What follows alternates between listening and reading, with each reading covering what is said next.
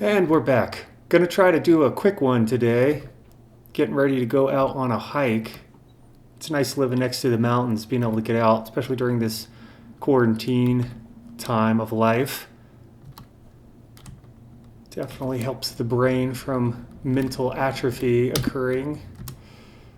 Alright, what do I want to do today? That is a good question.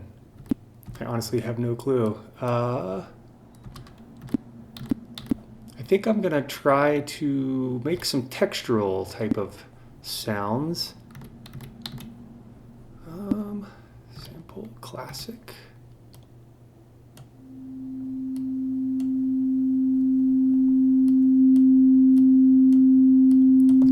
All right, let's try an arpeggiator on there.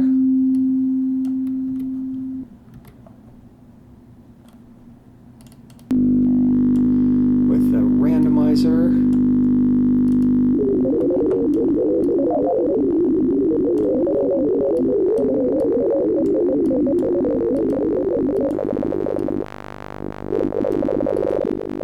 Sounds like a broken cable.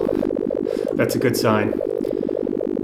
If it sounds like garbage, then more the fun to try and figure out how to make it not sound like garbage.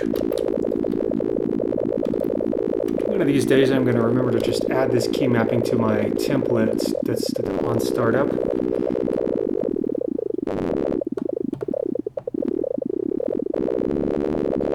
This almost sounds too like something you could get out of a modular, a really lo-fi modular type setup.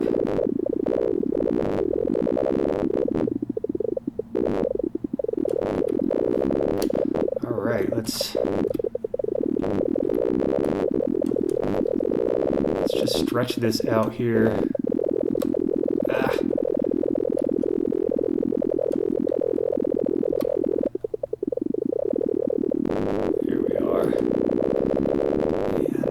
Slightly off the grid. Cool. Let's try to play around with... Nice. Got that sort of raster noton, early minimal, digital, clicky kind of... Interesting. I like it. Let's go ahead and automate this attack here.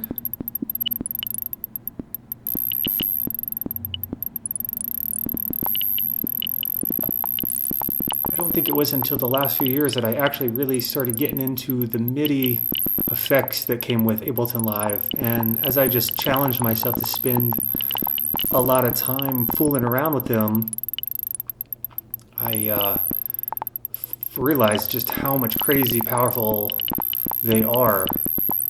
You can, do so much. Obviously, with Maxtra Live added into the mix, it's endless, limitless what you can do.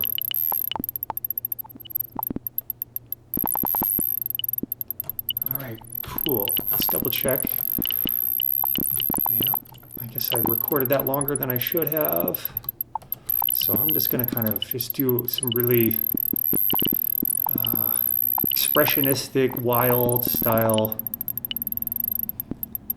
I always try to just mirror what the crypto charts or trade charts are doing. Some volatile, crazy curves there. Awesome.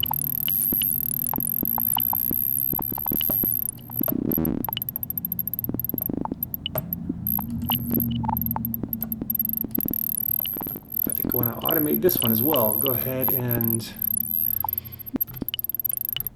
stretch out the length of this, pull it off the grid just a wee bit,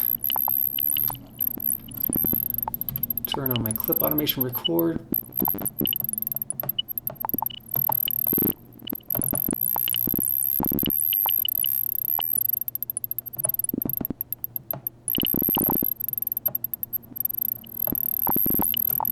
nice, and also this one. I only want every now and then for it to pull down. Maybe just add in a little, sprinkle in a little extra in there. There we go. Just every now and then it yanks down.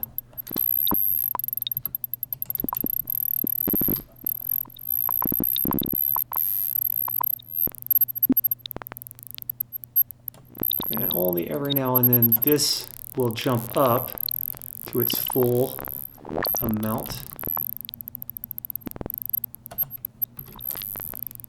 Definitely got some sci-fi UI kind of sounds going on in there. As a sound designer for video games, it's hard not to just hear that kind of stuff all the time. Oh, this sound would be great at this on this UI of this video game.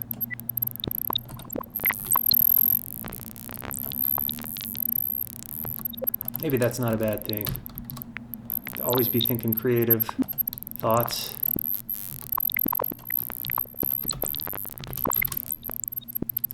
Sounds like little robot insects.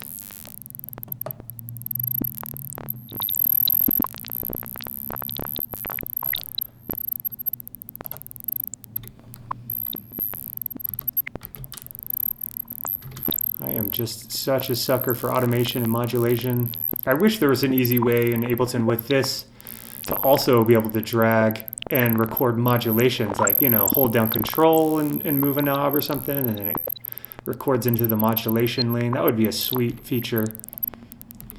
I'm always thinking of new features that I would love to see in this that will never make it in, of course. Okay, maybe with Max for Live there's actually a way to do that.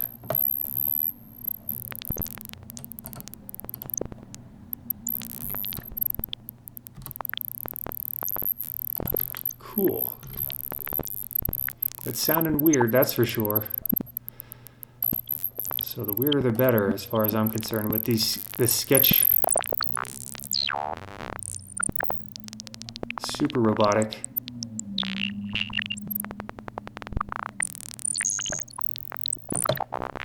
Alright, so I'm gonna need to pull out this a lot more, give us some more runway here.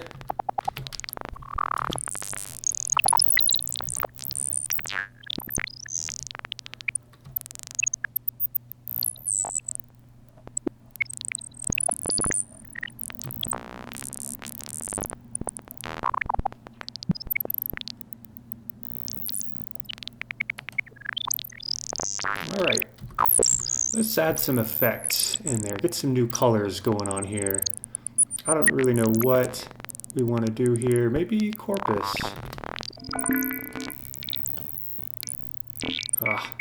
Always forget to turn off. One of these days it'll just stick and I'll be able to remember. What if we can get a lot of bass out of this?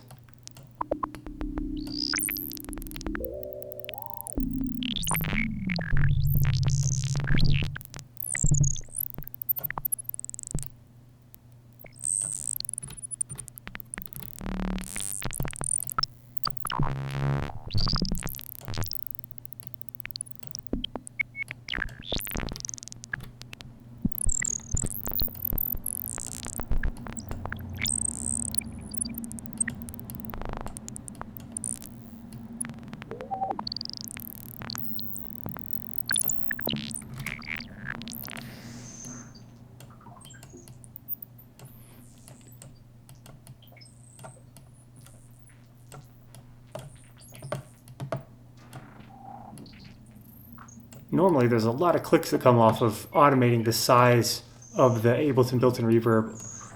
But with these kinds of sounds, I notice the clicks usually only like to occur on like low bass note tones that kind of run through it, or more mid-size, but the high-end tones, the clicks are probably there, but you just don't notice them. At least I don't with my little earbuds on. And I do love these little earbuds. I think I paid like $10 for these Sonys, and they have so much clarity and crispness. They dampen a lot of sound around from the outside, so you can really hear some of the clicks, unwanted clicks and nuances. And all right, I think it's time to start automating some of this stuff.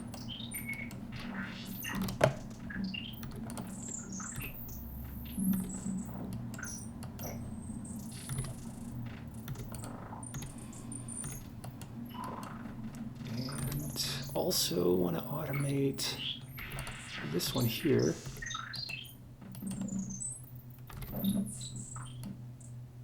Cool.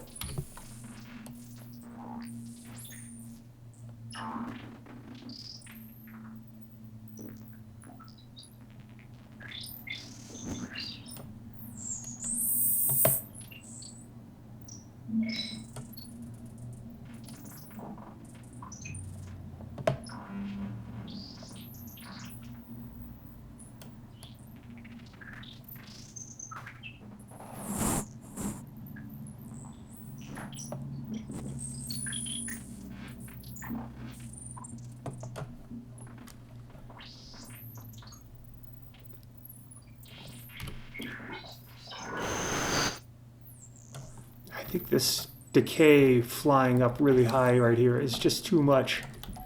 Maybe if it occurs only once every so often. Let's just give that a shot, see what happens. All right, cool. Yeah, we'll have something like that happen right here.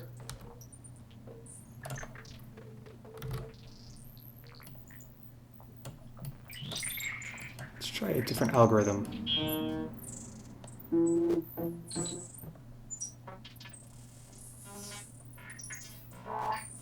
All right.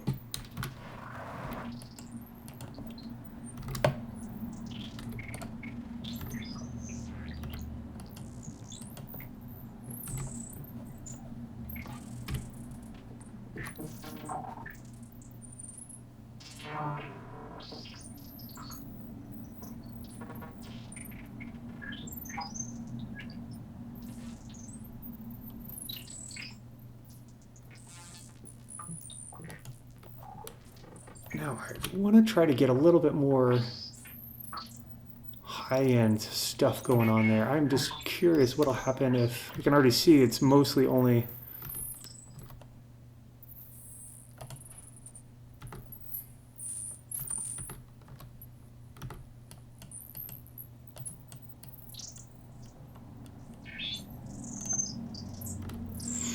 cool. Kind of like that, just really clicky high-end stuff.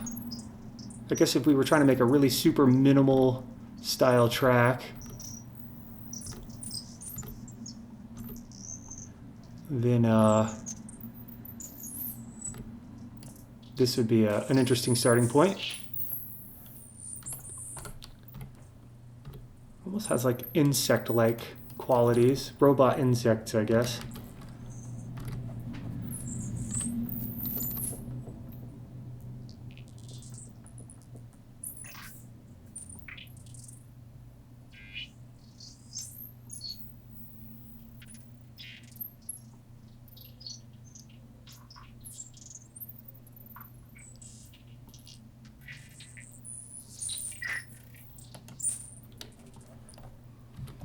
And maybe a bit of pitch shifting here.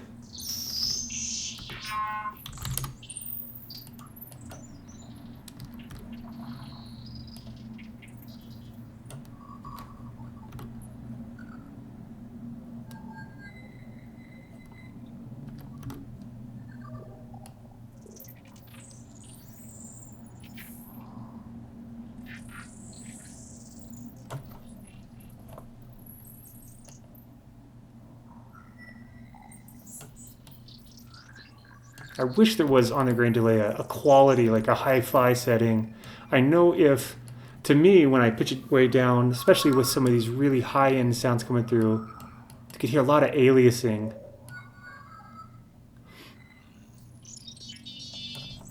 But I think if we set our, well, since I'm video recording, I don't want to just go ahead and change in our preferences. If I set this to 96, or if I'm using, say, ASIO, I get the 192 quality. We could hear the difference at this 136. It would sound a lot clearer.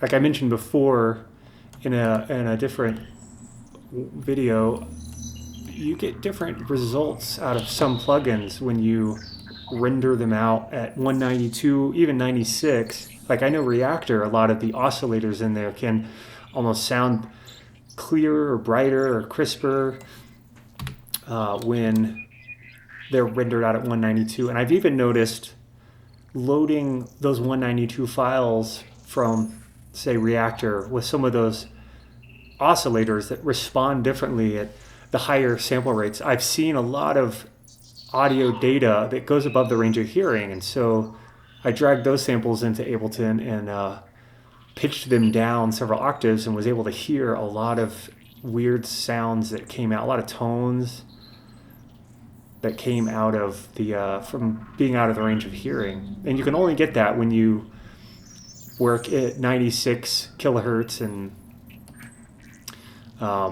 and higher. There's a really good video made by Fab Filter on the differences of working at different sample rates. And there's some really fascinating information there. Firstly, Fab Filter, amazing plugins. But this video was really revealing to me as far as, you know, which types of plugins like saturators respond differently at higher sample rates. And I've noticed, at least in Ableton, like say the grain delay sounds better at higher sample rates. I don't really notice so much with the EQ8. I know like amp and some of the distortions like overdrive, saturator just have a almost a clearer, cleaner sound at higher sample rates. So that's something to think about when working, you know, with a lot of plugins. Anyway, I highly recommend this video by Fab Filter on when to use higher sample rates and when not to use. They mention a lot of like saturations are going to sound oftentimes better if you use oversampling set inside the plugin versus your sample rate, you know, your audio rate of your DAW. So it's nice to find plugins that give you that sample rate option. I wish grain delay had that, but you know, ultimately I'm fine to just render down at 192 and work from there. All right, enough blah blah. Whoop, didn't mean to drag automate that one.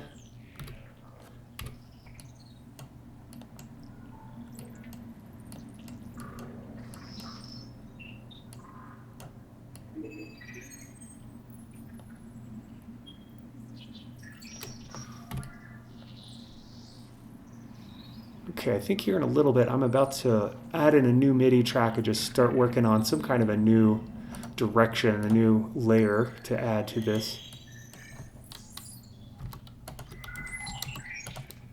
You know, part of me wants to hear a bit more like fuzz or just a sort of noisy crispness. And just trying to work right now with the Ableton effects. One benefit being you can load these projects up after you download them from the YouTube pages and have no problems. And also this demonstrates, you know, that you can do a whole lot with just kind of not a whole lot of plugins.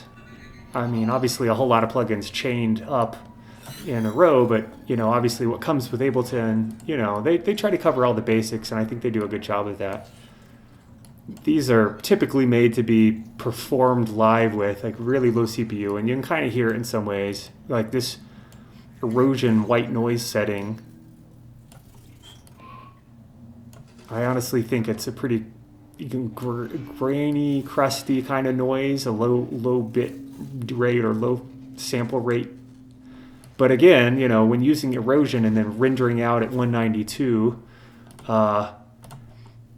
it definitely makes a difference. I don't want to stop the audio, so I'm not going to bring up that panel. But, well, heck it. Why not? Yeah, 192. It's cool they give you that option. Really does make a difference with, say, like the erosion, the grain delay. Maybe one day I'll do some tests and bring them in, and we can have a listen. But for now,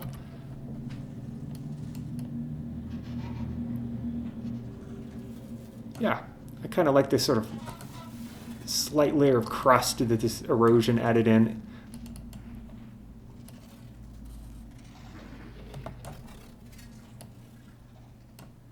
Sometimes I'll have two in a row and I'll just animate them slightly differently. So you get a more dynamic crust, if you will. I always like my pizza with more dynamic crust.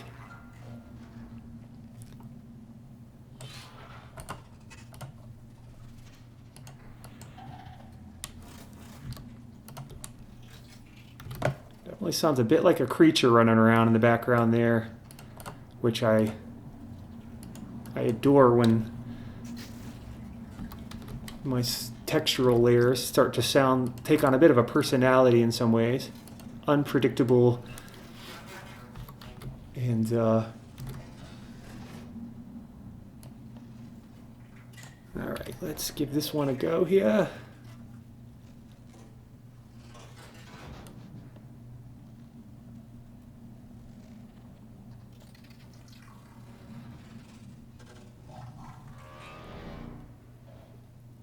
Some interesting tonal stuff coming out. The corpus is great for the tonal carpless physical modeling. I mean, applied acoustics, they're the kings as far as I'm concerned for physical modeling.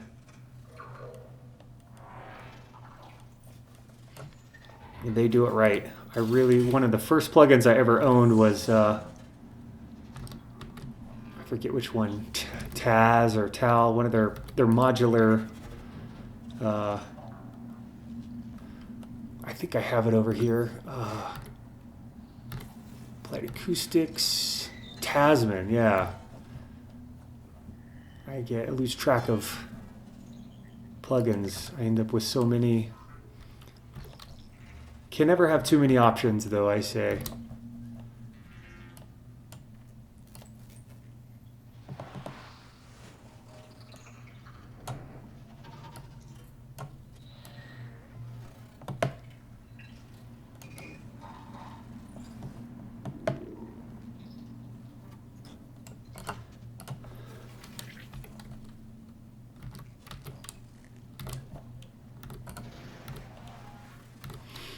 I wish there was a Max for Live script that would just automatically pick a random arbitrary length, and there's probably a way to do it with Max for Live. Maybe one rainy day I'll be able to actually suss out how to make that happen.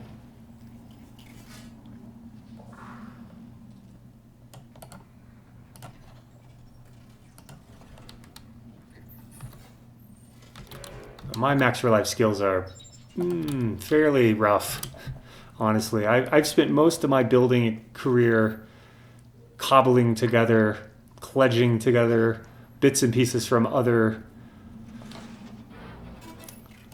patches and just kind of making Frankenstein patches, which I guess is, it's a part of the fun. No shame in it. I still get results that are totally original. And I think that's what counts. All right, so I'm good on our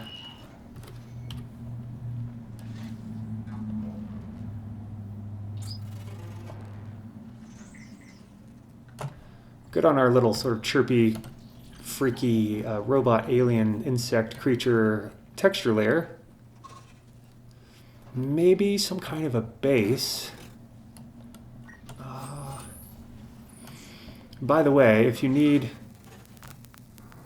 This crackle is just hilarious how bad it sounds almost right out of the gate.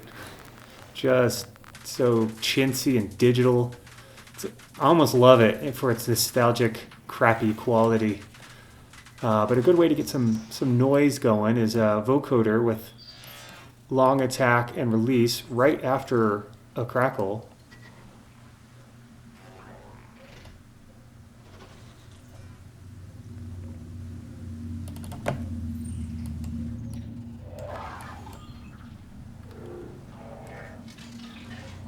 Where's our delay? There we go. I oftentimes look for the simple delay effect in my mind and get mixed up with Ableton 10 since they renamed it from simple delay to just delay, which makes more sense ultimately, but like I mentioned before, I just got serious with Ableton 10 when I finally was confident that they had fixed enough bugs and improved enough features it was like early 2020 when I finally sat down and started using it in a more serious fashion. I think it'd been out for a couple years even, maybe. And I don't know if that'll be the case with Ableton 11. I think that one's got enough twisted and interesting, randomized, unpredictable generative type features built in. It looks like it's going to be just fun right out of the gate. I'm just going to have to put up with a bunch of crashes and bugs, I think, on that one. I think also I waited on Ableton 10. The features just weren't, juicy enough for me to want to jump ship really. I think to the more normal, quote unquote, type of producer, artist, the features they added in 10 made so much more sense. So I'm glad they're actually taking a departure from that with 11 and adding some more fun, in my opinion, fun types of features. All right, I can barely hear this, but it's almost just like a digital wind.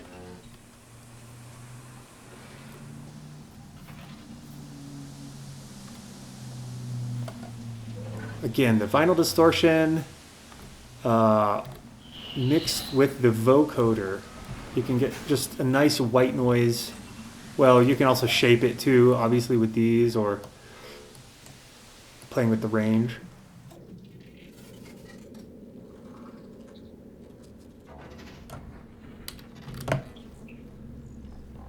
Yeah.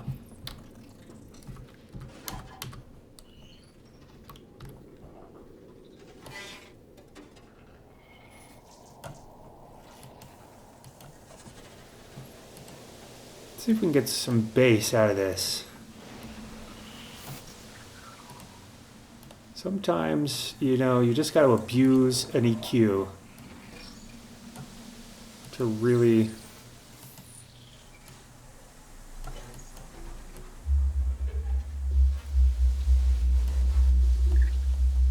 all right, not bad. Let's try a compressor on there. A high ratio, more like a limiter at this point. And I think I want to automate the scale. Let's add a clip here.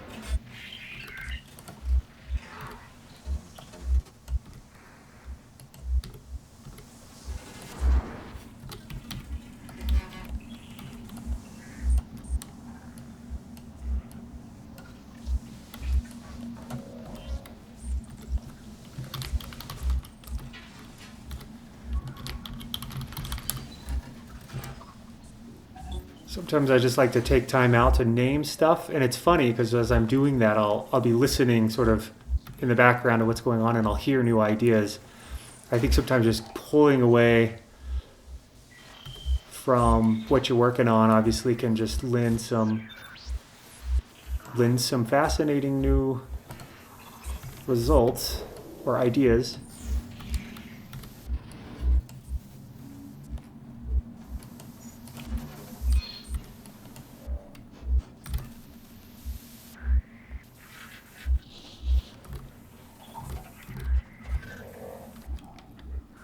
Listen to what a little overdrive will sound like.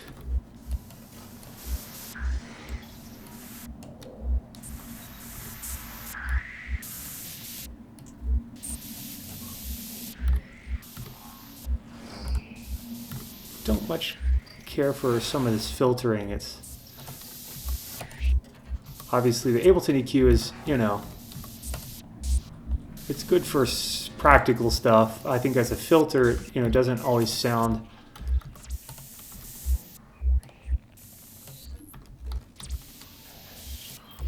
amazing, but you know, not terrible. Honestly, I use it a ton for general purpose EQ. You can still automate the snot out of it, abuse the heck out of it, and it sounds pretty decent. It's not zippery or clicky for the most part.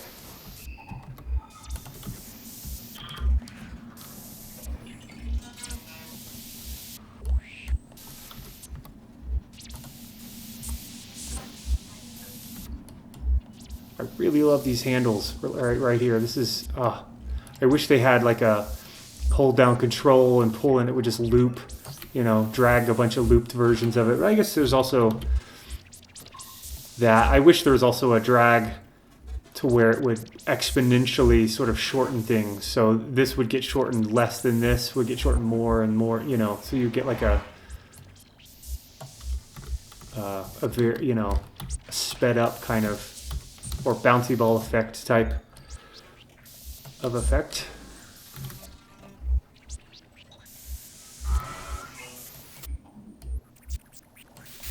All right, yeah, I don't know if I like the little mousy.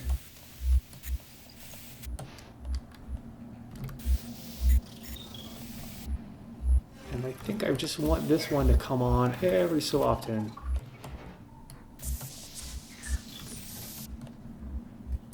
I think, you know, we could use maybe a little tone in here. I think continuing on with the, well, obviously I could just use this same layer if I wanted to. I could group all this stuff. Ableton, just struggle sometimes, even just saving it. It's funny. It's not like there's a whole lot of stuff going on and a lot of CPU being used, but it's funny, the sound just craps out so easily sometimes. We'll call this bass hiss. Gonna make a new chain here, and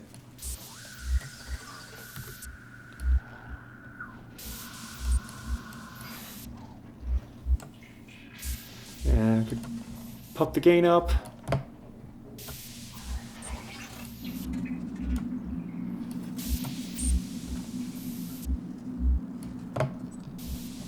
This is all sounding very like console-y, like very spacey.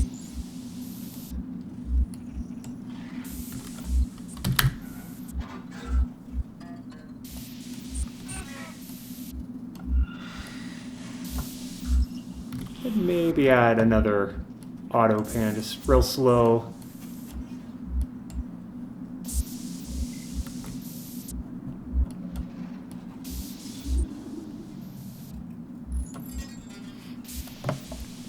Curious.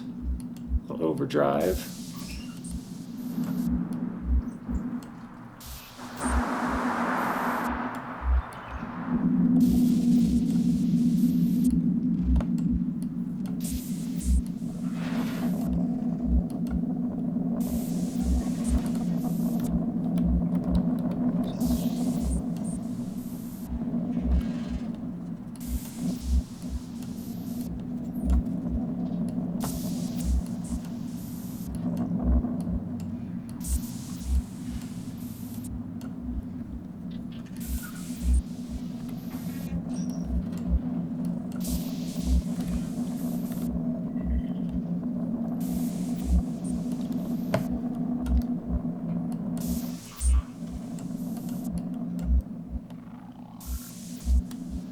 And I think at this point, we can maybe add some kind of a faster rhythm if we wanted to. We could just call this tone.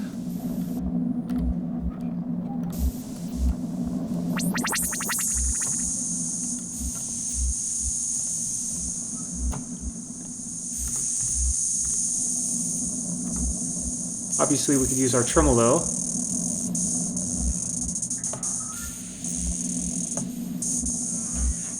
Or the gain also works as a nice volume shaper when we automate it.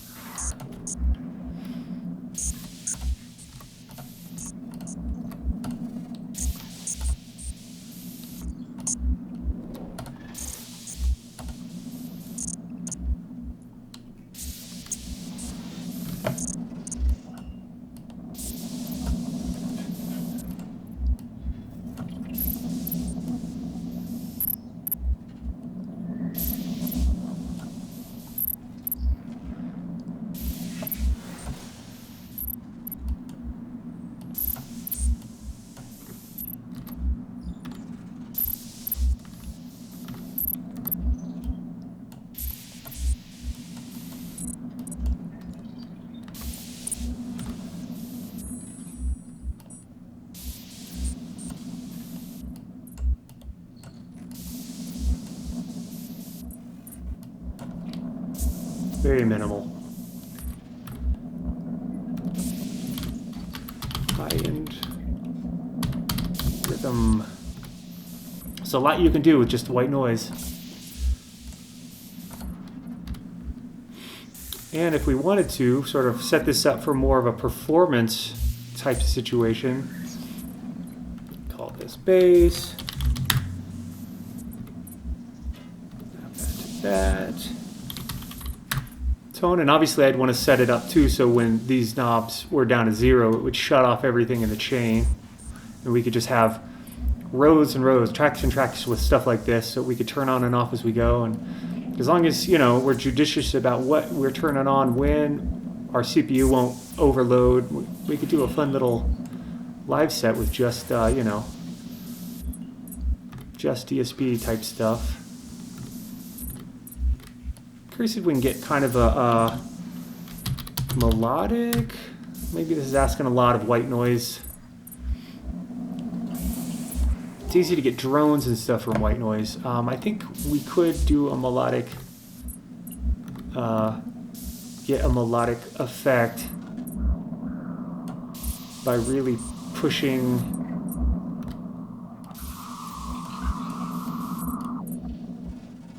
something down here in this, but we have to like use a pitch shifter to kind of, first I need to get a sort of sine tone coming out.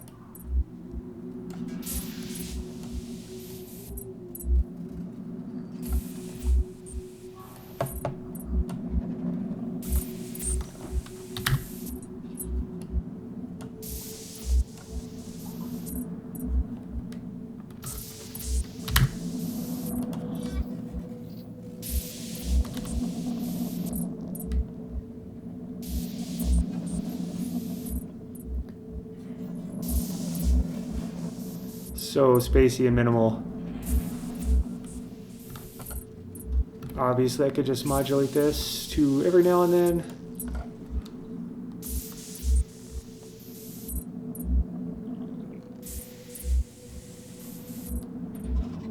Almost a little bit weirdly reminiscent of the Plastic Man type of, I don't know, Sheet 1 or one of those from back in the day.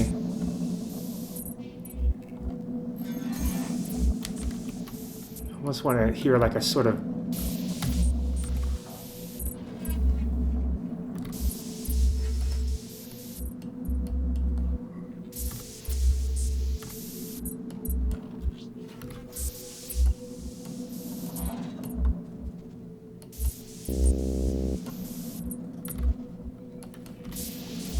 sounds like we are in the key of C flat or B. Some noise in there.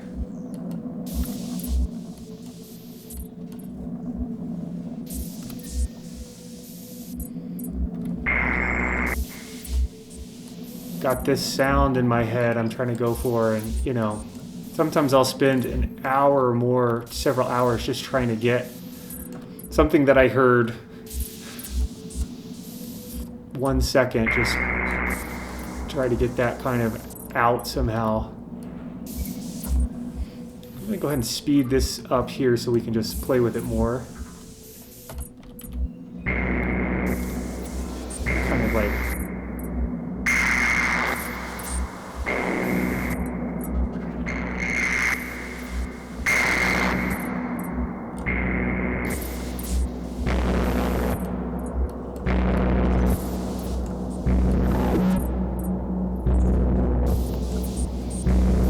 why not? So much power. This is the slow march of the alien battleship coming to destroy Earth. This is almost like a Brahms type of stab, which you kind of hear a lot in trailer music, and you know, usually it's low brass tubas and bass trombones or whatever.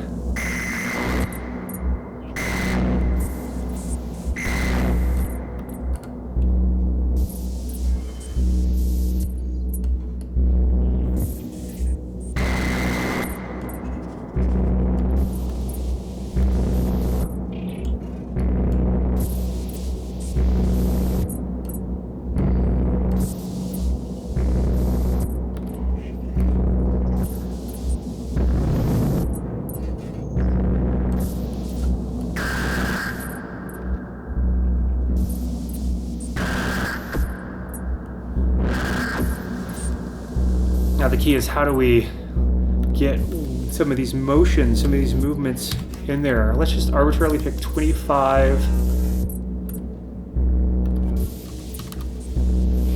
And, oh, did not want to do that. I wanted to just unlink it and choose 25 here. You just double check and make sure. Show automation. Yep. All right, so now we want to record some of this nonsense.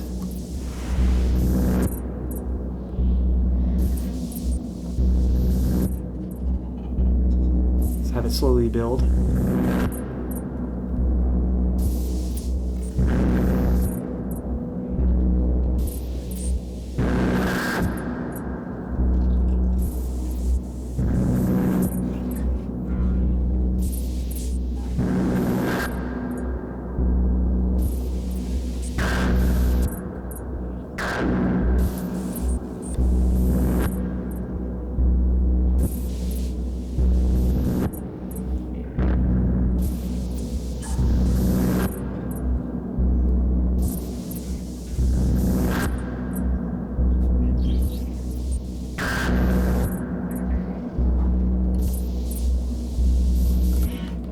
Cool. I think there were two larger sections I want to tame down a little bit. Maybe it's these.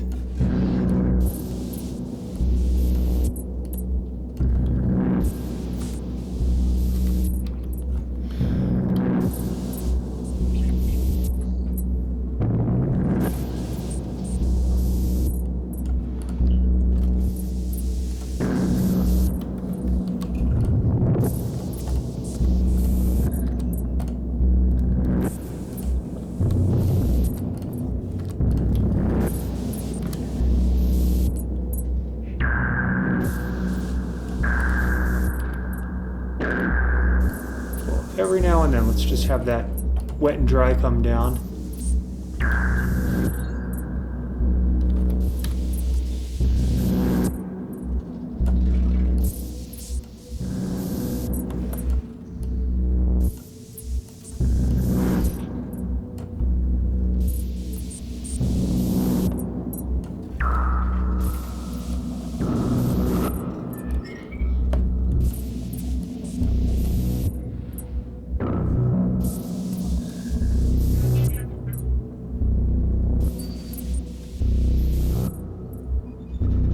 Like that kind of growls.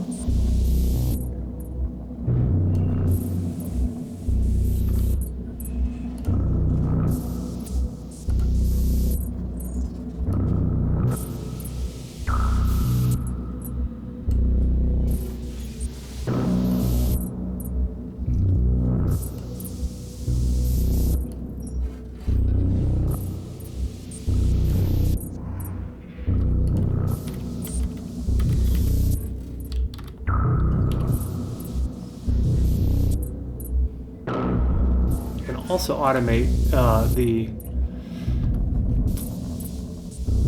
type of wave for each of the operators, which can get kind of nuts.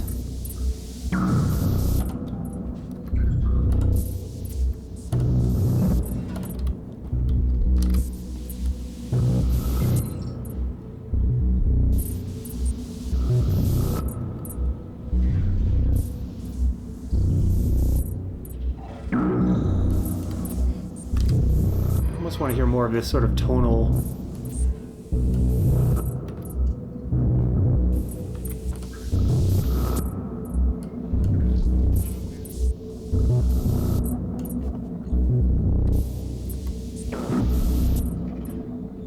Some real boss sci-fi ambient nonsense going on.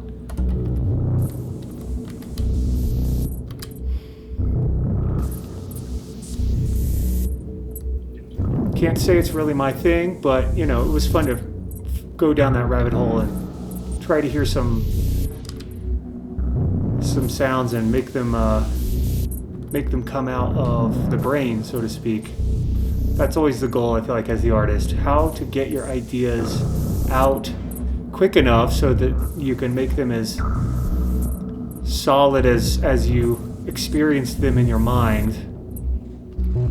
Oftentimes I never fully get them to be exactly like what I heard initially, but I feel like with enough time they ultimately either go off in another direction or just, you know, oftentimes they just sound better in the end, is what I'm trying to say. With enough finagling and time spent.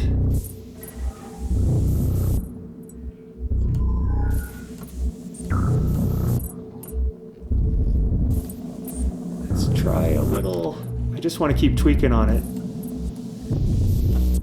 But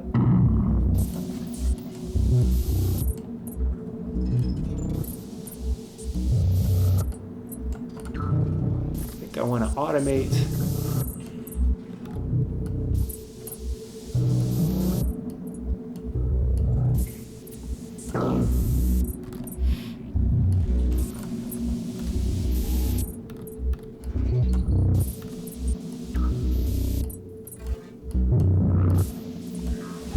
Sort of in and out of a stereo field.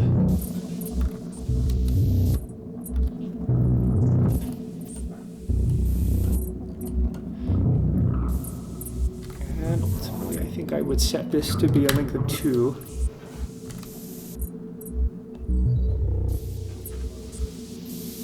This is our high.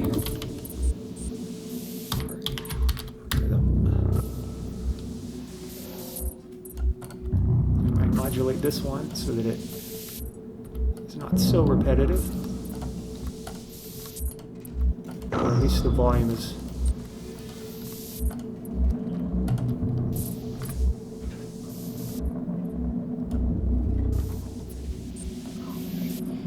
Alright, well that's about it for now.